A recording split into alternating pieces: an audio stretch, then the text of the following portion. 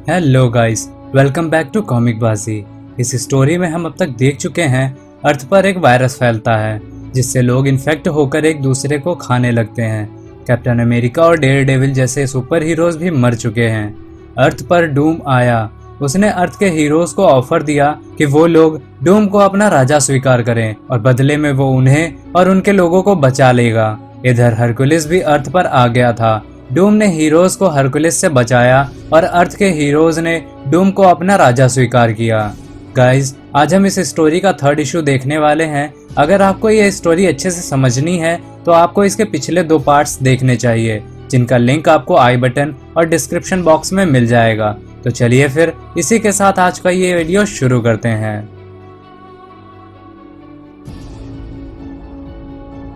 हम देखते हैं बैक्स्टर बिल्डिंग को। उसने अपना अड्डा इसी बिल्डिंग को बनाया है। ऐसा लग रहा है कि मानो अब हम हेल में हैं। एक वायरस फैला और सभी को मांस खाने वाला बिना दिमाग का जानवर बना दिया। हम अब कुछ हीरोज बचे हैं, जैसे आयरन मैन, थॉर, मैं और कुछ और। बस अवेंजर्स हारा हुआ फील कर रहे हैं। हम उसकी पूजा कर रहे हैं जो शायद हमें बचा सकता है। वो है डूम। डूम अपने सिंहासन पर बैठा है। वो हॉकाई से कहता है, मैं जानता हूँ कि तुम सब मुझसे हेट करते हो, लेकिन अब मैं तुम्हारा किंग हूँ, तो ये सब बातें तुम्हें शोभा नहीं देती। अब मैं तुम्हारा किंग हूँ, लेकिन तुम्हें इस तरह मेरे सामने झुकने की जरूरत नहीं है। और मैं बाकी किंग के तरह ये नहीं चाहता कि मेरी प्रजा मुझे प्यार करे। मैं ये चाहता हूँ कि वो बस मेरा सम्मान करे। हॉकाई कहता है, तुमने हमारी जान बचाई है, तो अब मैं तुम्हारे लिए इतना तो कर ही सकता हूँ। लेकिन अगर तुम चाहते हो कि मैं तुम्हारे लिए ज्यादा दिनों तक वफादार रहूं, तो तुम्हें स्पीच देने के अलावा कुछ और भी करना होगा। इन्फेक्शन की वजह से आधी सिटी से भी ज्यादा सिटी बर्बाद हो गई है। शील्ड के लोग भी खत्म हो गए हैं और मिलिट्री भी मिट गई है। डूम कहता है, कभी कभी हमें आगे बढ़ने के लिए थोड़ा पीछे बढ़ना पड़ता है। हॉकाई कहता है, हाँ, ये डायलॉग मैंने मूवीज में सुना है, लेकिन यहाँ कोई मूवी नहीं चल रही है, यहाँ रियल वर्ल्ड है। तुम्हारा कोई प्लान है भी या नहीं? डूम बताता है कि रीड की लैब काफी अच्छी लैब है। चाहे दुनिया भर की लाइट चली जाए, लेकिन ये अपने आप इलेक्ट्रोमैग्नेटिक पल्स जनरेट करती रहती है और इसके पास बहुत बड़ा बैकअप है। हॉकाई पूछता है, बैकअप वो किस लिए? डूम बोलता है, न्यूयॉर्क को कॉन्कर करने के लिए। सारी दुनिया हमें देख रही है। वो जानती है न्यूयॉर्क एक बड़ी सिटी है। वो हमें एक टेम्पलेट की तरह देखते हैं। हमें इस सिटी को वापस से जीवित करना होगा, इसे बनाना होगा, ताकि हम लोगों के दिलों में होप जगा सके और उनके दिलों से ये डर निकाल सकें। अगर हम इस सिटी को दोबारा से बना देते हैं तो ये हम साबित कर सकते हैं कि अभी दुनिया खत्म नहीं हुई है, इसका अंत अभी नहीं आया है, हम इसे भी बचा सकते हैं। हॉकाई बताता है कि डूम का प्लान तो ठीक है, वो बस फेक नहीं रहा था, उसने सच में कुछ काम किया है। वो सबसे पहले तो कंटेनमेंट बनाना चाहता है। उसने स्टार्क और रिचर्ड के लैब से कुछ लेजर फेंस चुराए और उसे अपने रोबोट के जरिए लार्ज स्केल पर बनाना शुरू किया और उससे पूरी सिटी को घेर दिया। जैसे ही ये एक बार चालू हो जाता तो ना तो कोई अंदर आ सकता था और ना ही कोई बाहर जा सकता था। जो भी कैनिबल इसे क्रॉस करने की कोशिश करता वो बुरी तरह से जल जाता। हमें रोज बहुत सारा फ्राई मीट उस लेजर के नीचे से हटाना पड़ता। कुछ के पास इस सिटी को बचाने के काम थे, कुछ के पास इसे साफ रखने के। सभी के पास कुछ ना कुछ काम था। हम देखते हैं डेडपूल को, जो इस वक्त लाशों को गाड़ी में भर रहा है। डूम के प्लान का जो मास्टरपीस है वो है उसका डूम स्टोन। ये सुपर साइंस और डूम की अल्केमी से बना हुआ था। इसे कोई समझ नहीं पा रहा था, यहाँ तक कि स्टार्क या डॉक्टर स्ट्रेंज भी नहीं समझ पा रहे थे। मुझे पता था तो बस इतना कि यह स्टोन फ्लॉ को अनइन्फेक्टेड लोगों को इफेक्ट करने से रोकता है और जो लोग पहले से ही इन्फेक्ट होते हैं उनका माइंड बिल्कुल खाली हो जाता है, एक कोरी स्लेट की तरह।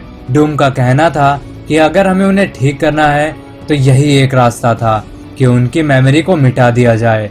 हम लोगों को ज़ॉम्बीज से बदतर लाइफ दे रहे थे। हम उन्हें एक जिंदा लाश बना रहे थे क्योंकि उन्हें कुछ याद ही नहीं रहता कि वो किस काम के लिए हैं, उनका काम क्या है। हर रोज हम अपने आप को यही दिलासा देते थे कि हम सही कर रहे हैं। जब कुछ वक्त के बाद चीजें थोड़ी सुधरने लगी तो हम एक टीम में काम करने लगे। जो भी अनइन्फेक्टेड लोग थे हम उन्हें ढूंढते और उन्हें कैंप तक लेकर आते।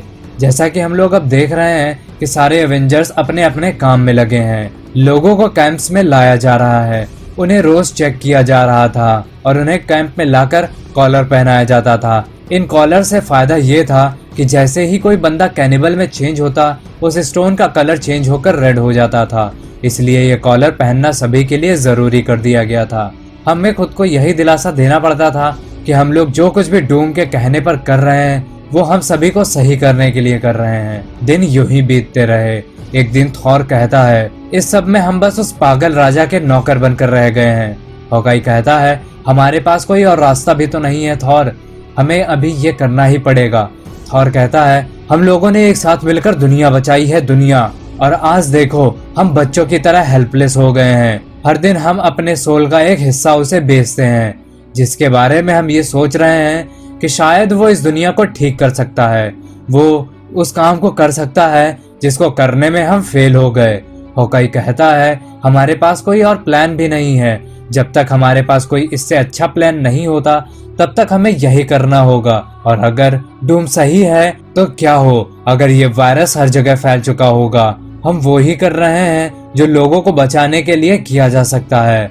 हॉकाई थॉर को कॉलर पहनने के लिए कहता है। वो कहता है कि तुम्हारे अंदर और हर एसगार्डियन के अंदर डीएनए है, और जिसके अंदर भी डीएनए है वो सब कैनिबल में चेंज हो सकते हैं। तो क्या तुम उन लोगों को बचाने के लिए इसे नहीं पहन सकते? और एटलीस्ट हमारे पास ये है जिससे हमें ये पता चल जाएगा कि कौन चेंज होने वाला है। अगर हमारे पास ये पहले से होता तो कैप्टन नहीं मरे होते और ना ही हैंक पिम। लेकिन थॉर कहता है, मैं ये नहीं पहनने वाला, मैं कोई कुत्ता नहीं हूँ, और उसे तोड़ देता है। हॉकाई कहता है, मुझे भी डूम की गुलामी करना पसंद नहीं है, लेकिन दुनिया को बचाने के लिए ये करना ही होगा, और दुनिया को बचाने के लिए मैं अपना ईगो इस काम के बीच में नहीं लाऊंगा। थॉर कहता है, ठीक है, तो तुम अपनी इस दुनिया को बचाओ, अब से ये दुनिया मेरी नहीं है, मेरे पास और भी दुनिया है बचाने के लिए। और थॉर अपने हैमर को घुमाता है और वहां से चला जाता है। हॉकाई अब अकेला हो गया था, वो उदास था। वो देखता है कि पनिशर ये सब कुछ देख रहा था। थॉर यहाँ से जाता या ना जाता, ये चीजें तो बिगड़ ही रही थी, और अब ये कैनिबल पहले की तरह बददिमाग नहीं रहे। इनकी अपनी अलग अलग ट्राइब बन रही हैं।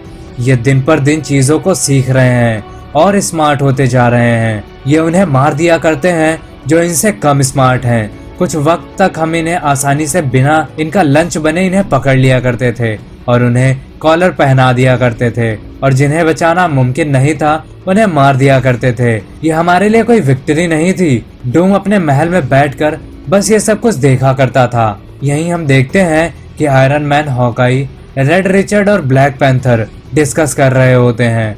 ब्लैक पैंथर कहता है, तुम लोग जिस तरह लोगों को बचा रहे हो ये अच्छी बात है, लेकिन तुम लोग ये जो कैंप बना रहे हो ये बहुत ही डिस्टर्बिंग है। रीड कहता है, हाँ बिल्कुल, ब्लैक पैंथर ने जो कहा वो बिल्कुल सही है, ऊपर से हम इन डूम स्टोन्स के बारे में कुछ भी नहीं जानते।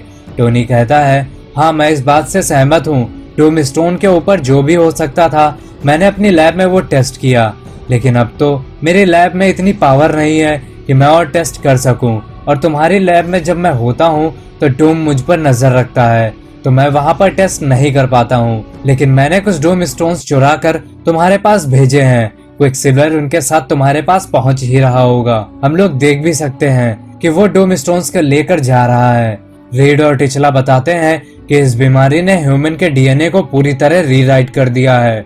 इससे ठीक करने के लिए हमें ह्यूमन डीएनए को फिर से पुरानी स्टेज पर लाना होगा, लेकिन ये कैसे होगा हमें अभी तक नहीं मालूम है, और ये भी तो हो सकता है कि हम ये कर भी ना पाएं और हम इतने ही लोग बचा पाएं जिनसे हम दुनिया दोबारा बनाएं। और तब हॉकाई और आयरन मैन बैठते हैं और चैन की सांस लेते हैं।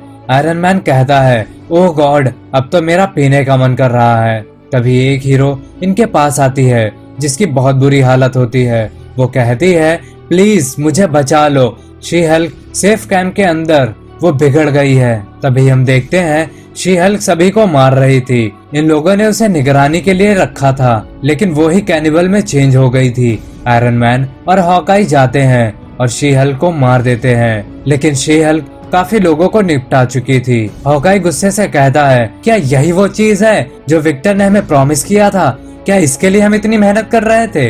हॉकाई गुस्से से डूम के कमरे की तरफ जाता है और जैसे ही वो गेट को खोलता है और चिल्लाकर कहता है, ओके डूम, बहुत हो गया हमारे साथ खेलना, यही है तुम्हारा क्योर। लेकिन हम देखते हैं कि डूम एक लाश को कच्चा खा रहा होता है। हॉकाई एकदम चौंक जाता है कि आखिर ये हो क्या रहा है। डूम पलटकर कहता है, तुम्हारी इतनी हिम्मत कि तुम बिना बताए मेरे कमरे के अंदर चले आए? क्या तुम नहीं जानते कि मैं तुम्हारा राजा हूँ और तुम्हें इस तरह मेरे पास नहीं आ सकते? और तुम्हारे पास इतनी सोच नहीं है कि तुम ये सब कुछ सोच सको, तुम मुझसे ये सवाल पूछ सको। हमें लगा था कि डूम उसे खा रहा है, लेकिन ऐसा नहीं था। डूम उसे हील कर रहा होता है, जो कि डैगन होता है। डैगन कहता है, क्या मैं कोई ख्वाब देख रहा था? हॉकाई देखता है, वो कहता है, क्या तुमने इसे ठीक कर दिया? डूम उसे बताता है, ये मेरे डूम स्टोन का कमाल है, ये किसी ह्यूमन की कैनेबिलिटी को दूर करके उसे ठीक कर सकता है। हम देखते हैं कि डेडपूल डूम के आर्मर की सफाई कर रहा होता है, वो बेसिकली उसका गुलाम बना हुआ है।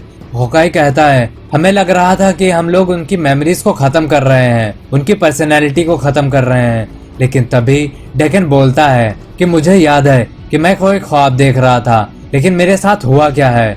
मेरी डैडी कहाँ है? मुझे अपने डैडी से मिलना है। हम देखते हैं कि डैगन एकदम डरा हुआ था, वो एकदम बच्चों की जैसे हरकतें कर रहा था।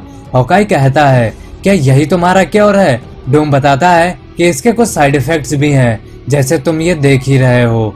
तब बचे कुछ एवेंजर्स के लोग मीटिंग कर रहे होते हैं। वहाँ हॉकाई सभी से बताता है कि डैगन के पास उसकी सारी मेमोरीज थी, पर वो बच्चों की तरह रिएक्ट कर रहा था। उसका गुस्सा, अग्रेशन और एटीट्यूड सब कुछ गायब था। तो हल कहता है, चलो अच्छा हुआ कि एक फ्रीक कम हुआ जिसकी हमें चिंता करनी पड़ती थी। एट द एंड कोई कंक्लूजन नहीं निकलता है। उन्हें अभी तक ये नहीं मालूम था कि आगे करना क्या है। आयरन मैन बताता है कि मैंने कुछ डूम स्टोन्स अपनी टीम को भेजे हैं, जैसे ही वो लोग उसके बारे में कुछ पता लगाते हैं तभी हम कुछ कदम उठा पाएंगे। मीटिंग के खत्म होने के बाद हम देखते हैं कि हॉकाई के सामने से डेडपूल एक थैला लेकर जा रहा होता है।